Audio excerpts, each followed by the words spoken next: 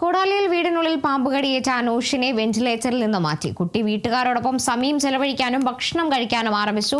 ആരോഗ്യനിലയിൽ വലിയ പുരോഗതി ഉണ്ടെന്നാണ് ആശുപത്രി അധികൃതർ പറയുന്നത്. കഴിഞ്ഞ ദിവസം വീടിനുള്ളിൽ കിടന്നുറങ്ങുമ്പോഴാണ് അനൂഷിനും സഹോദരനും പാമ്പ് കടി ഏൽക്കുന്നത്. സഹോദരൻ ആൽജോ അന്ന് മരണപ്പെട്ടിരുന്നു.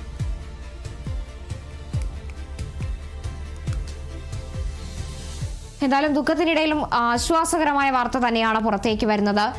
വീടിനുള്ളിൽ നിന്ന് പാമ്പ് കടിയേറ്റ അനൂഷ് ജീവിതത്തിലേക്ക് മടങ്ങിയെത്തുന്ന ഒരു ആശ്വാസകരമായ വാർത്ത തന്നെയാണ് വരുന്നത്. കുട്ടി ഇപ്പോൾ വീട്ടുകാരോടൊപ്പം സമയം ചെലവഴിക്കാനും ഭക്ഷണം കഴിക്കാനും ആരംഭിച്ചിരിക്കുന്നുവെന്നാണ് പുറത്തുവരുന്ന മെഡിക്കൽ ബുള്ളറ്റിൻ സൂചിപ്പിക്കുന്നത്. ആരോഗ്യനിലയിൽ വലിയ പുരോഗതി ഉണ്ടെന്നാണ് ആശുപത്രി അധികൃതർ പറയുന്നത്. കഴിഞ്ഞ ദിവസമാണ് ഇത്തരത്തിൽ വീടിനുള്ളിൽ കിടന്നുറങ്ങിയ അനൂഷിനെയും സഹോദരനെയും പാമ്പ് കടിക്കുന്നത്. തുടർന്ന് ആശുപത്രിയിൽ എത്തിച്ചെങ്കിലും സഹോദരൻ മരിച്ചിരുന്നു. അനൂഷ് ഗുരുതരാവസ്ഥയിൽ വെന്റിലേറ്ററിലായിരുന്നു കഴിഞ്ഞ ദിവസം വരെ. പിന്നീടാണ് വെന്റിലേറ്ററിൽ നിന്ന് ആരോഗ്യനില മെച്ചപ്പെട്ടതിനെ തുടർന്ന് അനൂഷിനെ വെന്റിലേറ്ററിൽ നിന്ന് മാറ്റുന്ന സാഹചര്യം ഉണ്ടാകുന്നത്.